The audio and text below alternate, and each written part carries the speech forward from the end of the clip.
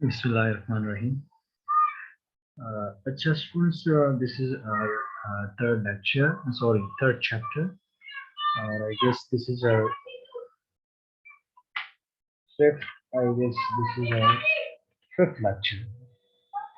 Fifth lecture of sales management, and this is our third chapter. And we are going to discuss about sales opportunity management and how it can be boosted and how it can generate new accounts, managing existing accounts, sales versus profit, personal time management अब इसको कैसे हमने manage करना before going to discuss the generating new accounts we are going to look at what is sales opportunity management.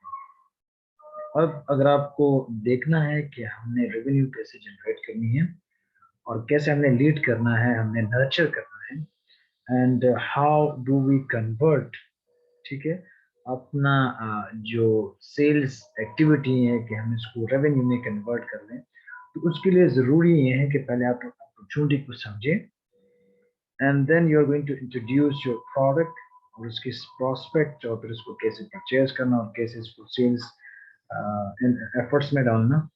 अब उसके लिए ज़रूरी क्या है, अब उसके लिए अपॉर्चुनिटी मैनेजमेंट ज़रूरी क्यों है?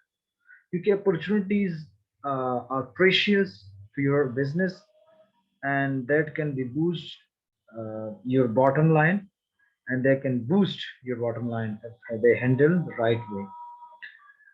अब अगर इसको हैंडल किया जाए इसी तरीके से तो आपके लिए क्या क्या और अपॉर्चुनिटीज हो सकती हैं। You need to ensure that you are managing your opportunities effectively and that your teams are equipped with right set of tools to get the most out of single one of them.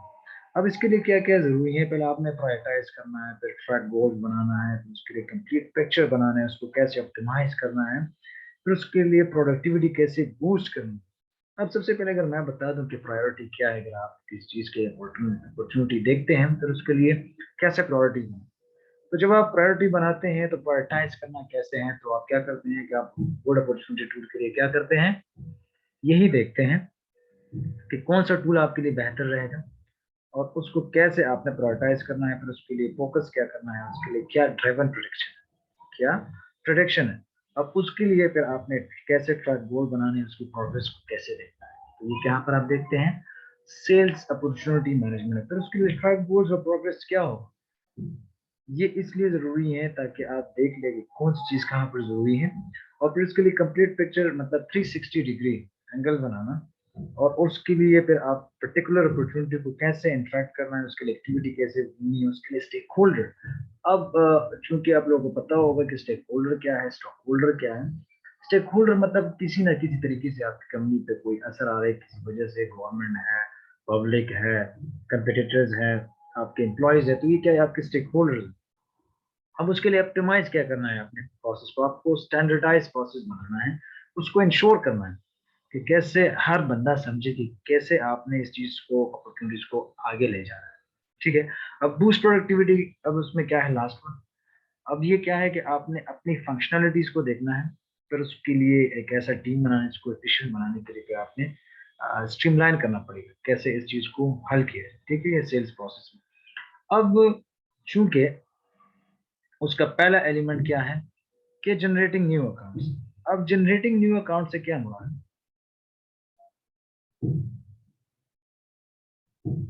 इसका मतलब ये है कि जब आप sales जो करते हैं तो आप पहले तो एग्जिस्टिंग अपने अकाउंट्स को देखते हैं कि मतलब अब आपने नए कस्टमर्स को कैसे क्या करना है, to how to find new customers and increase sales. मतलब जनरेटिंग न्यू अकाउंट से क्या मुराद है कि कैसे अपने लिए नए कस्टमर ढूंढने हैं। तो अगर आप नए कस्टमर ढूंढते हैं तो क्या होगा कि how to better understand target audience, पहले आपने टारगेट ऑडियंस को कैसे समझना है, ये आपके लिए बहुत ज्यादा जरूरी है उसको समझना। फिर उसके लिए सेल्स लीड करना और फिर उसके बाद में फिर आपने रेवेन्यू डिसाइड करें कितना रेवेन्यू हमें इससे आएगा।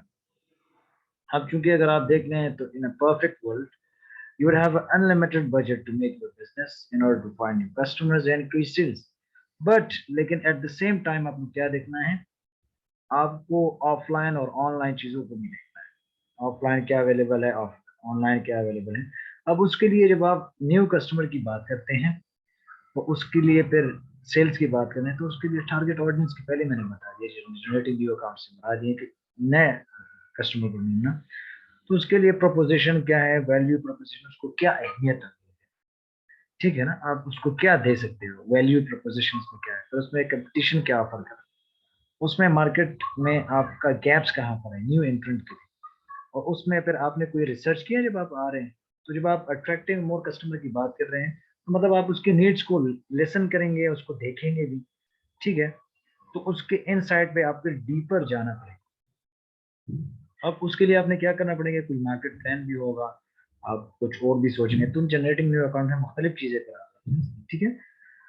उसमें demographic, psychographic, ethnographic, buying habits, सारी चीजें आप यहाँ पे, ठीक है। अब इसमें जब आप पहले जनरेटिंग अकाउंट के बारे में हमने बता दिया। अब मैनेजिंग, जब एग्जिस्टिंग अकाउंट की बात करते हैं तो एग्जिस्टिंग अकाउंट से क्या मुराद है। अब उसमें कुछ ऐसे चीजें हैं जब आप एग्जिस्टिंग अकाउंट की बात करते हैं, इसमें सबसे पहले अब देखते हैं कि आपका मॉडल क्या है। जब आप कस्टमर को रिटेन करते हैं तो रिपीटिशन आपका क्या है, कंपनी क्या बिलीव करता है कि कितना आपका जनरेशन आ रहा है, रेवेन्यू कहाँ से आ रहा है, कौन से अकाउंट से आ रहा है। तो ये आप उसी जगह पर दे, मतलब रिटेनिंग करंट कस्टमर कितना है, और उसमें आपने कौन कौन सी चीजें, अब आपने क्या करना है, राइट अकाउंट्स को देखना है। राइट अकाउंट से क्या मुराद है, अब सारे कस्टमर एक जैसे तो नहीं होते, आपको पता होगा। वो इसीलिए कुछ बड़े कस्टमर आपको हैं, कुछ छोटे, मतलब ज्यादा आपसे खरीदार हैं कुछ। अब उसके लिए क्या करना है, आपने एक स्पेसिफिक बिजनेस एजेंडा क्रिएट करना है। जब आप एग्जिस्टिंग अकाउंट की बात करते हैं, पहले क्या करना है, सेलेक्ट राइट अकाउंट्स, और उसमें फिर क्या करना है, कस्टमर के लिए business and strategic agenda create करना है, ठीक है। और फिर उसमें फिर आपने क्या करना है कि उसके लिए फिर स्ट्रेटेजाइज करना है इंटरनली, ऑर्गेनाइजेशन के अंदर स्ट्रेटेजाइज करना है। तो उसके लिए प्रोएक्टिव रहना है, एक होता है रिएक्टिव, एक होता है प्रोएक्टिव।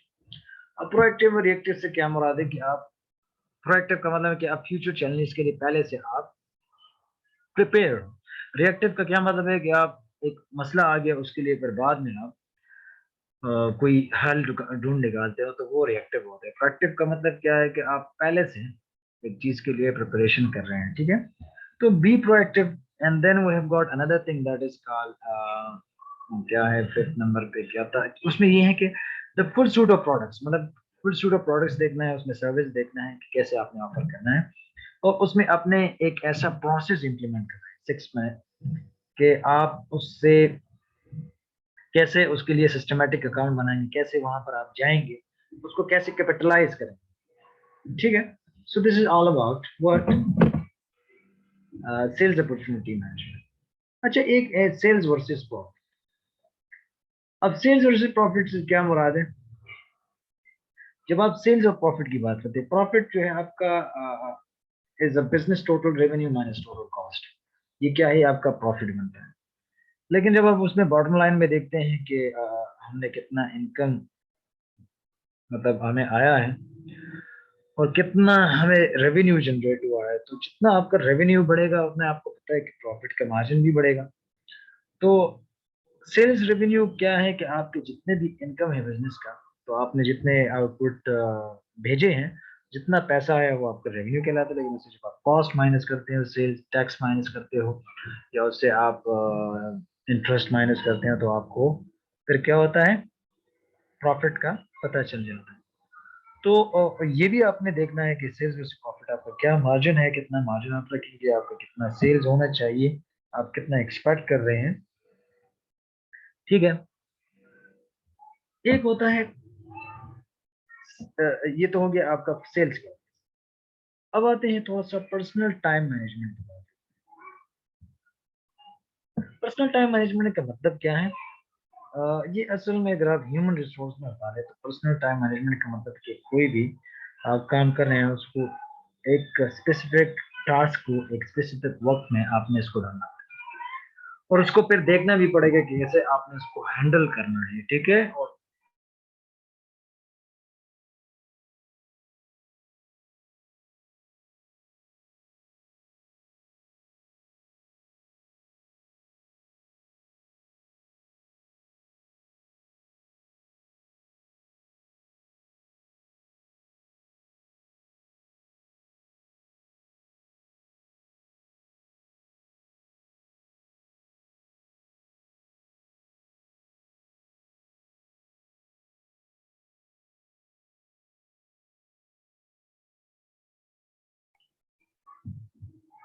ठीक है। तो इसमें क्या है कि आप प्रोजेक्ट टाइम मैनेजमेंट में देखते हो, फिर उसमें देखते हो कि यार पर्सनल टाइम मैनेजमेंट क्या है।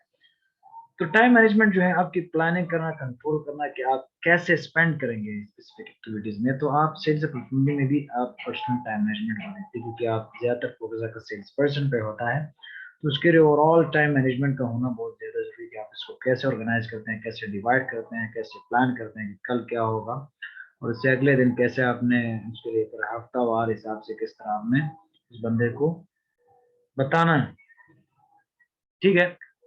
ये हो गया थोड़ा बहुत सेल्स अपॉर्चुनिटी मैनेजमेंट के हवाले से। अब आते हैं थोड़ा सा, अब जब आप प्रोस्पेक्ट लिस्ट बनाते हैं, प्रोस्पेक्ट लिस्ट में आपका डायरेक्ट इंक्वायरी क्या हो सकता है। अब जब आप प्रोस्पेक्ट लिस्ट बनाते हैं, लगवे टुका,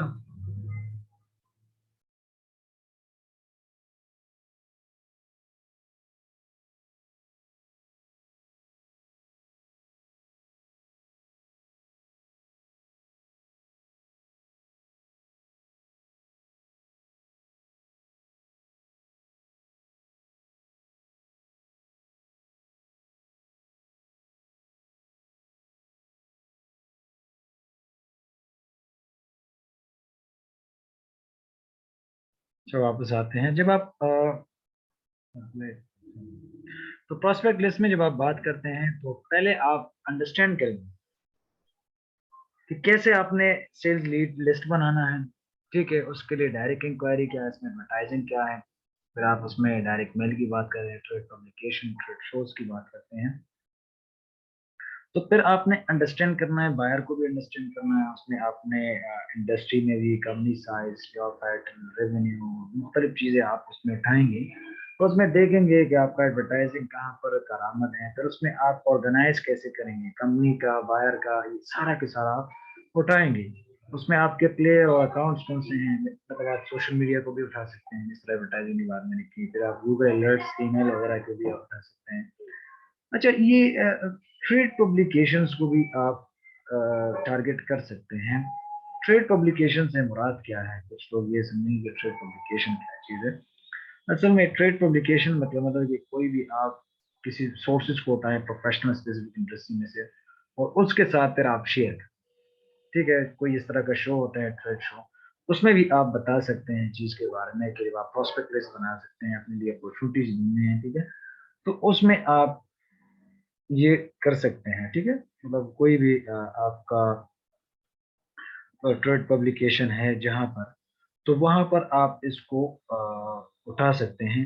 अच्छा, एक और चीज है जो बहुत ज्यादा जरूरी है, जो थॉमस डायरेक्टरीज भी कह सकते हैं। थॉमस डायरेक्टरी से क्या मतलब कि प्रोडक्ट की सोर्सिंग, सप्लायर, डिस्ट्रीब्यूटर प्लेटफॉर्म जो भी हैं, वो वहां पर आप देखिए, कोई नेटवर्क देख रहे हैं। ठीक है, तो उसमें आपका क्या है कि एक आप कह सकते हैं कि इट्स बिग ग्रीन बुक्स, और उसमें आप multiple directory of industrial products और इंफॉर्मेशन के बारे में आपको मालूमात जानकारी हो सकती है। और इसके अलावा रेफरल भी बहुत जरूरी है। जब आप हॉस्पिटल तो किससे रेफरेंस भी ले सकते हैं, यार उससे हवाला भी ले लें, तो ये भी बहुत ज्यादा जरूरी है जब आप इसमें ये करते हैं।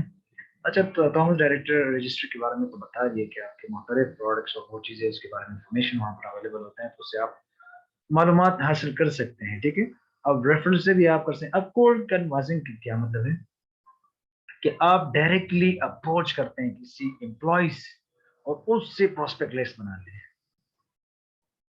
ठीक है, और आप फोन से भी कर सकते हैं, कॉल से भी कर सकते हैं, अगर आप मार्केटिंग योरसेल्फ टू देम तो इस तरह भी कर सकते हैं। आप किस तरह इसके पास आपके पास स्किल्स होनी चाहिए जब आप उससे अप्रोच करते हैं किसी एम्प्लॉयर से जब आप अप्रोच करते हैं, तो उसका आपके पास स्किल वो होना चाहिए कि किस तरह आप उससे बात करें।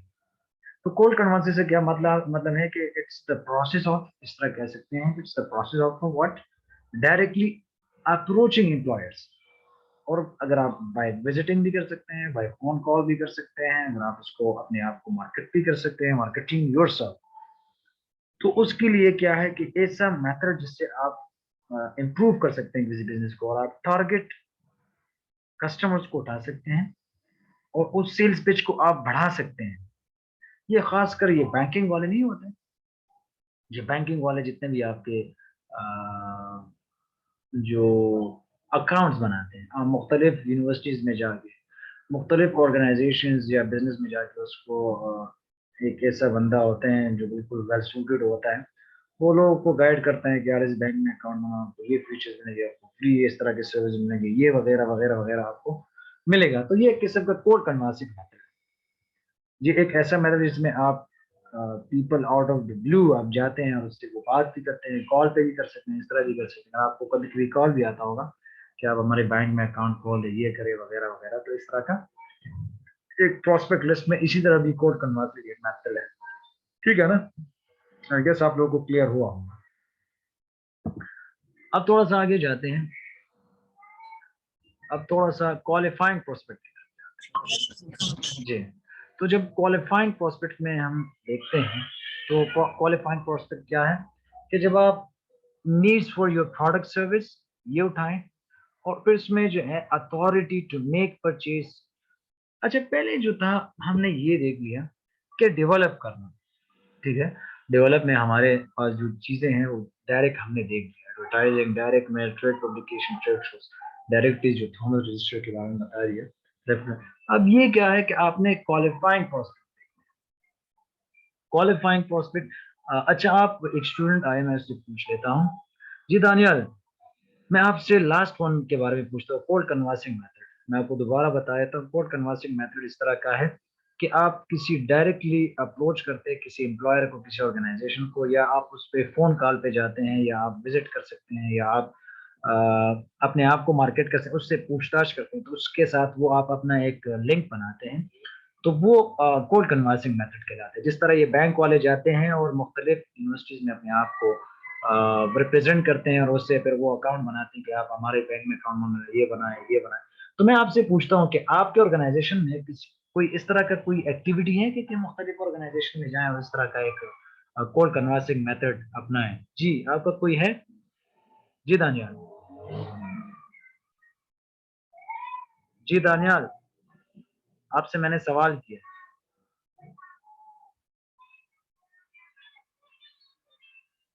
दानियाल, मैंने आपसे सवाल किया। जी जी। अच्छा ठीक है, मैं आपको आगे बताता हूँ। अच्छा, क्वालिफाइड प्रोस्पेक्ट या क्वालिफाइंग प्रोस्पेक्ट से क्या मुराद है कि एक ऐसा प्रोस्पेक्ट जिसमें आपको पोटेंशियल क्लाइंट का पता हो और उसके आइडियल कस्टमर प्रोफाइल का पता हो, ठीक है। अब उसने अपने इंटरेस्ट के बारे में नहीं बताया, अपने प्रोडक्ट या सर्विस के बारे में, लेकिन आपको उसके प्रोफाइल का पता हो, ठीक है। अब पोटेंशियल क्लाइंट क्या है, उसके इंटरेस्ट के हवाले से फिर आपने ये देखना है। अब आपको पता है कि उसका प्रोफाइल है, लेकिन आप उसके नीड्स हैं, नीड्स फॉर योर प्रोडक्ट और सर्विस इसके बारे में पूछ लें, फिर उसको कैसे आप वो बनाते हैं कि वो परचेज कर ले उस चीज को, क्या करना है। अब अथॉरिटी टू मेक परचेज का क्या मतलब है?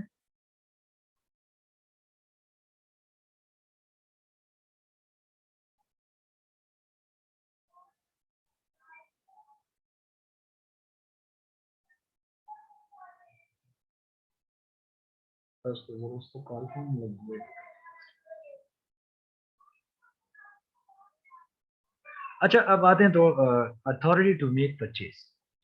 अब इसका क्या मतलब है कि आपने जब भी कोई चीज लेना है तो आपका किसी इंस्ट्रूमेंट या कोई भी चीज जब आप लेते हैं तो उसके हवाले से फिर आप देखते हैं कि किस तरह की आपने परचेज करनी है।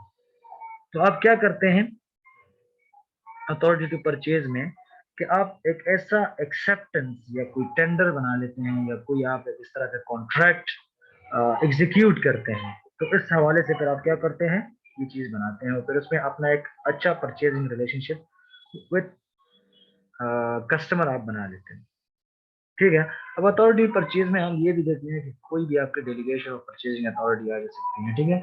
अब उसमें आपकी क्रेडिट रेटिंग भी जरूरी है। जब आप सेल्स मैनेजमेंट की बात करते हैं, credit rating and ability to pay. अब क्रेडिट रेटिंग कस्टमर का भी इस तरह जरूरी है क्योंकि वो क्रेडिट पे अगर चीज ले रहा है और उसकी क्रेडिट रेटिंग और एबिलिटी भी जरूरी है। क्रेडिट रेटिंग है एबिलिटी, अब क्रेडिट रेटिंग एबिलिटी से क्या हो रहा है कि आपका एक ऐसा रिपे रूल मेथड जिसमें आपका एक गुड फेयर डिटर्मिनेशन हो, और उसमें आपका कोई अगर किसी के साथ आपका मॉर्गेज है तो आप उसको क्या करते हो, आप उसको कैसे पे बैक करेंगे, उसके लिए आप एक ऐसा रूल बनाएंगे, आप प्रोस्पेक्ट बनाएंगे, और उसको आप वो खसूसियात भी देंगे कि यार आपने कैसे रेटिंग स्केल बनाना है, उसके लिए उसकी कौन कौन सी चीजें जरूरी है। तो बाई ईच सेल्स पर्सन वो जरूरी है कि उस चीज को वो खुद देख ले, ठीक है, उस चीज को वो खुद देखेगा। अब आपका पर कॉल क्या वो उसके साथ वो आएगा कस्टमर के साथ, तो ये भी जरूरी है कि हम देख लें, ठीक है। अच्छा, हम एक ब्रेक ले लेते हैं, थोड़ा सा मसला है घर में, वो मैं देखता हूँ, हमारे बच्चे शोर करें, ठीक है। बाद में मैं एक नया लिंक शेयर करता हूँ।